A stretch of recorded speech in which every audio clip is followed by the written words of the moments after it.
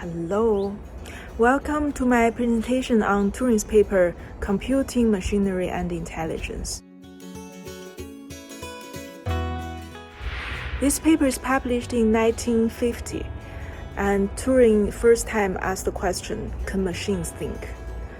He said it's rather tricky to try to define the terms machine and think, so he proposed a different approach to investigate this question. And let's have a look together. First, we look at the question, and then we will be talking about the game, the digital computers, the counter-arguments, and the learning machines. As mentioned, Turing said it's tricky to try to define the terms machine and think, because he's totally aware of how difficult it is to talk about things like consciousness or human minds. So instead, he proposed a game. Oops, wrong slide. Sorry. Let's go to the right one. Right, so Turing said, let's play a game. And let's play the imitation game. And here are the rules. You have a man A, a woman B, and interrogator C. The task of the interrogator is to guess, inside these other two rooms, who is the woman and who is the man. The man is to deceive the interrogator to think that he's the woman, and the woman is to help the interrogator by trying to tell him that she is actually a woman, which is not really helpful because the man would say the same.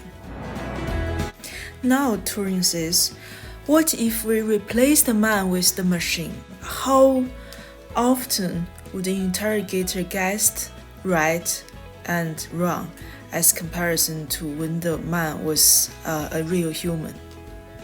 The game is supposed to be lasting for 5 minutes, and Turing's own prediction is that in 50 years, which is 2000, the machine would have 70% of chance to fool humans, to pass the Turing test. Then Turing tried to define the machine which we talked about in the game, and the machine should be nothing but a digital computer. For those of you who didn't know, computers were actually real humans back to the 50s, mostly women. They are to computing tasks according to a fixed set of rules.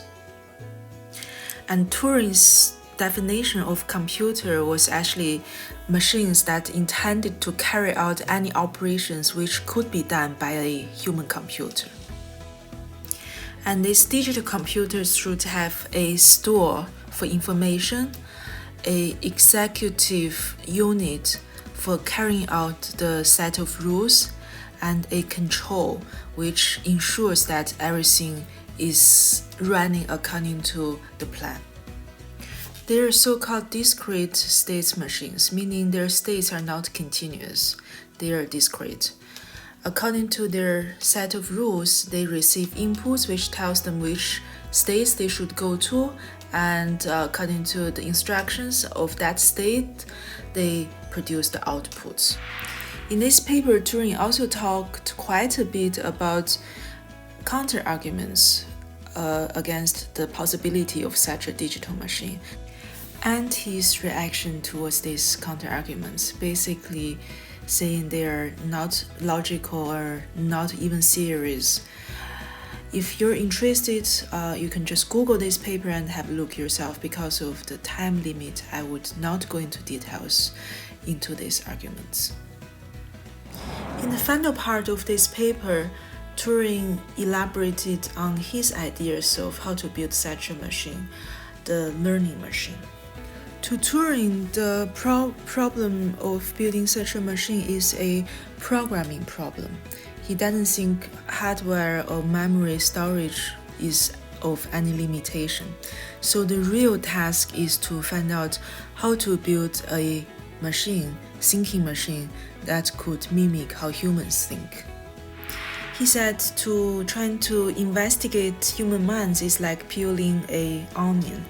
Each layer is a kind of mechanism of how we think. But after you peel out all of these layers, you still don't find where the mind is. So instead, we should look at how minds are developed. Looking this way, there's the initial state of mind at birth, and there's the education that we receive, and there's other experiences which is not the education. Then he said, what about instead of building an adult mind, adult machine, we start with a child machine and educate it into becoming an adult machine? Looking from the point of view of Darwinian evolutionary theory, the structure of this child machine is like the hereditary material, and the changes of the child machine represent mutations, while the natural selection is the judgment of the experimenter. So basically, Turing proposed the later on concepts of machine learning, where the machines learn through punishments and rewards, and the trainer or the teacher is ignorant very often of how the learning is processed, which basically remains a black box. Another interesting thing he suggested is a random element to add into the learning machine program. This is because there could be a huge amount of different solutions that satisfy a given task. So it's more to the advantage of the machine if it could act randomly instead of according to a systematic, sequential approach. Further on building such a machine, here I quote, "It can also be maintained that it is best to provide the machine with the best sense organs that money can buy, and then teach it to understand and speak English. This process could follow the normal teaching of a child.